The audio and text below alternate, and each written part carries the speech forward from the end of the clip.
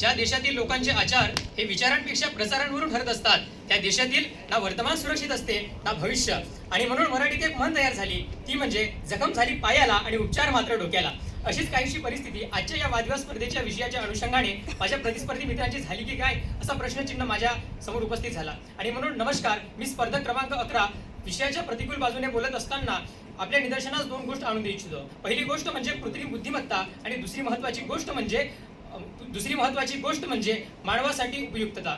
अध्यक्ष महोदय, आपण सर्वांना ज्ञात असेल, कृत्रिम बुद्धिमत्ता म्हणजे अशी बुद्धिमत्ता जी की मानवाने तयार केलेली आहे, मानवाने बनवलेली आहे, परंतु मानवासारखे लक्षण असताना देखील ते मानवाची फक्त नक्कल करू शकते. आणि अध्यक्ष महोदय, दुसरा महत्वाचा शब्द म्हणजे वरदान. वरदान म्हणजे एखादी गोष्ट आपण ज्याच्याकडनं काहीतरी वेगळी शिकतो त्याला वरदान म्हटलं जातं.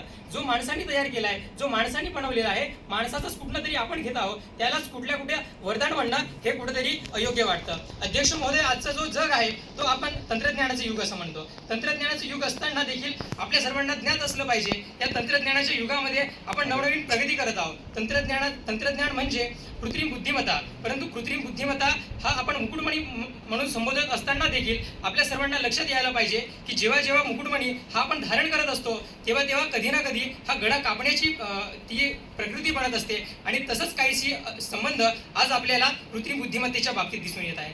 आपल्याला मॅकिन्सीच्या अहवालानुसार असं समजलं गेलं होतं की जवळपास कृत्रिम बुद्धिमत्तेमुळे जगभरात 40 कोटी लोकांची नोकरी संपुष्टात येईल. त्याच्या संदर्भात पुढे आपण भारतामध्ये जर बघितलं तर आय टी क्षेत्रामध्ये जवळपास 30% युवक हे रिपोर्ट तयार करतात, यंत्रपोट तयार करतात. कुठेतरी त्यांच्यावर हे आघात होईल आणि येणाऱ्या काळामध्ये ते युवक कुठेतरी बेजार बनतील. आपण युवकांना कुठे नेऊन ठेवला हे आपल्या समोर प्रश्नचिन्ह सर्वात मोठं आहे. अध्यक्ष महोदय, तुम्ही ज्यावेळेस शाळेमध्ये होता, ज्यावेळेस तुम्ही कॉलेजमध्ये होता, त्यावेळेस तुम्ही शिक्षकांना प्रश्न विचारायच्या. माझ्या प्रतिस्पर्धी मित्रांना मी विचारतो, ते प्रश्न विचारतात का हो? कारण आज जे काही विद्यार्थी आहेत ते प्रश्न विचारायला शिक्षकांकडे जात नाही तर गुगलकडे जातात. आताचे विद्यार्थी विचार करत नाही, कल्पना करत नाही, तर कॉपी पेस्ट करतात. खरं कुठं गेलाय आपलं जो आजचा जे काही चाललेलं आहे ते ज्ञान नाही, ते एक फक्त विचार चाललेला आहे. आजचं जे काही आपण करून राहिलेलं आहोत ते एक विचार आपण आत्मसात करून न ठेवता केवळ माहिती साठवण्याचं साधन असं बनवून ठेवलेलं आहोत. अध्यक्ष महोदय, आपल्या सर्वांना ज्ञात असेल, मी त्या संदर्भात आपणास एक उदाहरण देऊ इच्छितो.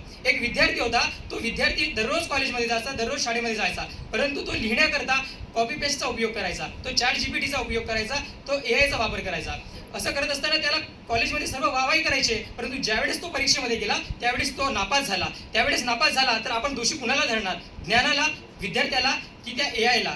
नक्कीच अध्यक्ष महोदय, त्या विद्यार्थ्याला. कारण की त्या विद्यार्थ्यांनी योग्यरित्या त्या तंत्रज्ञानाचा उपयोग केला नाही आणि कुठं ना कुठं स्वतःला तो मागे सारला. अध्यक्ष महोदय, तसंच कुठेतरी आज आपल्या संदर्भात होऊन राहिलेला आहे. शिक्षक असेल, इंजिनियर असेल किंवा डॉक्टर असेल, हे इतर जे काही क्षेत्र आहेत त्यामधले जे काही विद्यार्थी आहेत ते ChatGPT आणि गुगलचा वापर करून कुठेतरी समोर चालले आहेत, परंतु भविष्यात तेच कुठेतरी आपल्याला धोका निर्माण होईल याचा कोणीही विचार करून राहिलेला आहे. आणि माझे प्रतिस्पर्धी मित्र बोलताना असे बोलतात की AI मुळे खूप मोठी प्रगती होते. त्यांच्यासाठी एवढं म्हणू शकतो की अध्यक्ष महोदय, त्यांच्यासाठी एक शायर म्हणतो की खुशबू आ नहीं सकती कभी कागज के फूलों की खुशबू आ नहीं सकती कभी कागज के फूलों की और सच्चाई छुपा नहीं जा सकती कभी बनावट के उसूलों की. त्यामुळे माझ्या प्रतिस्पर्धी मित्रांनी आपल्या सर्व याचं भान ठेवून बोलणं अतिशय महत्त्वाचं होतं. अध्यक्ष महोदय, या संदर्भात मी तुम्हाला पुन्हा एक सांगू इच्छितो की ज्या वेळेस आपण तंत्रज्ञानाचा वापर करतो, ज्या वेळेस आपण कृत्रिम बुद्धिमत्तेचा वापर करत असतो, तेव्हा आपल्या सर्वांना ज्ञात असलं पाहिजे की विषय काय आहे. विषय आहे युवकांची कृत्रिम बुद्धिमत्तेपुढे वरदान. अध्यक्ष महोदय, आपण कृत्रिम बुद्धिमत्तेला